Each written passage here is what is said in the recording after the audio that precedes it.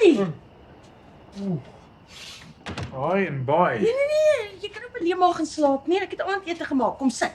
Jy weet wat? Ja, ek het 'n bietjie tyd gehad toe dog ek maak iets lekkers. Right, ek laat my nie 2 keer nooi nie.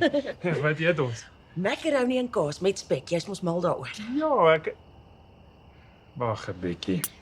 Wat het jy aangevang? Niks nie. Ek glo jou nie.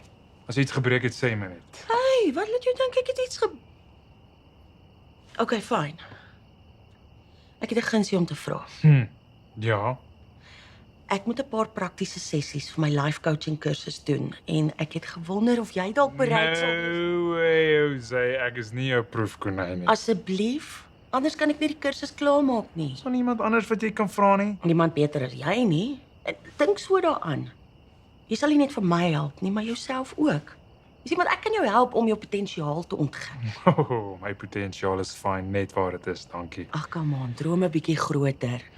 Ons identifiseer jou sterkpunte, werk aan jou doelwitte. Hey, ons kan vir jou 5 jaar plan uitwerk. Oh, please. Wat is dit met almal in hulle 5 jaar, 10 jaar, 100 jaar planne? Kan almal nie net in die oomblik leef nie?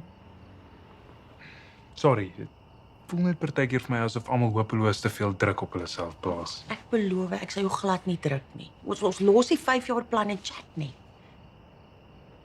Asseblief, ek smeek jou. Okay, fine. Maar ek doen dit om jou te help, geen ander rede nie. Jy is die beste pyl waarvoor 'n pyl kan. My mac and cheese brand.